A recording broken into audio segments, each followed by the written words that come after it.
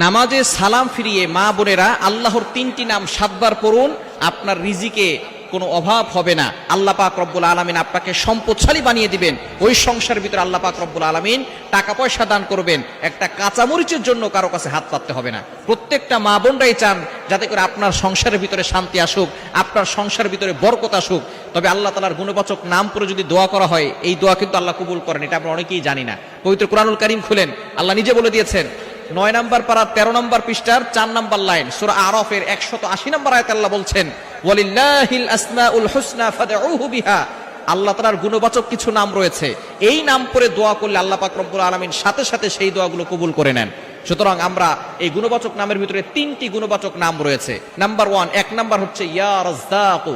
আপনি নামাজে সালাম ফেরানোর পরেই এই নামটা 7 বার পড়বেন, ইয়া রাজ্জাকু, অর্থাৎ হে রিজিক দাতা, যিনি আমাদেরকে রিজিক দেন। এটা 7 বার পড়লে আল্লাহ পাক রব্বুল আলামিন আপনার রিজিকের ভিতরে বরকত